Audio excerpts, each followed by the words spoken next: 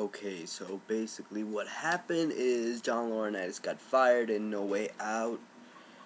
And let me tell you something, they had the opportunity to fire John Laurinaitis on Monday Night Raw before No Way Out, but I guess Vince McMahon thought, oh, sales weren't that up for the pay-per-view, so let's bring that gimmick in, and that's where John Laurinaitis was fired.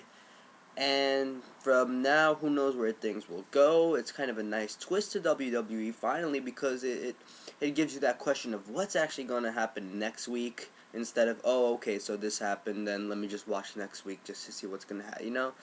So, pay-per-view wise, No Way Out wasn't that impressive. It still felt like a standard Raw Super Show.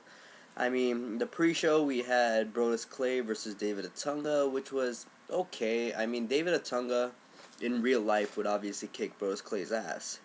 So that's what WWE does a lot, is putting these people who are weak and yet come up to the top. Not for all their superstars, for some of them.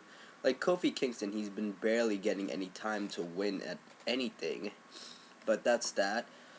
And then, what did we have? We started off the show with Sheamus and Dolph Ziggler. Honestly, that was a great fight. I was not expecting it. Obviously, we knew Sheamus was going to win, because in the storyline, it wouldn't make sense that out of nowhere, this competitor, Dolph Ziggler, came in and is now going to take away Sheamus' title when he was supposed to fight Alberto Del Rio that got injured. So that makes no sense that Dolph would win, but it was still a great match, and at some points you were like, oh shit, Dolph might actually win.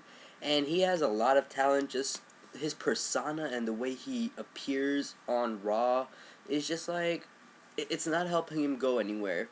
If he can change his persona, his character, he might actually have some good skills to be a good champion. So either way, Sheamus won that. That was a good match. And then later on, it just got boring waiting for another good match to happen with Santino and Ricardo Rodriguez in this tuxedo suit, whatever match. That was retarded. It wasn't even funny. You could hear the crowd chanting boring, so that's that with that. Then we had Divas matches, and then skipping all the boring stuff, we went to Kane, CM Punk, and Daniel Bryan, which was actually not so bad, except it felt like Kane was put in the middle of them for no reason. It's like, oh hey, how can we make this matchup more interesting? Here's Kane, the used to be monster, who's not even close to being a monster at all anymore. He gets hit once, and he's out for like half the match, and then he comes back, he does a couple of moves, and then they hit him again, and he's out again. It's like, you know?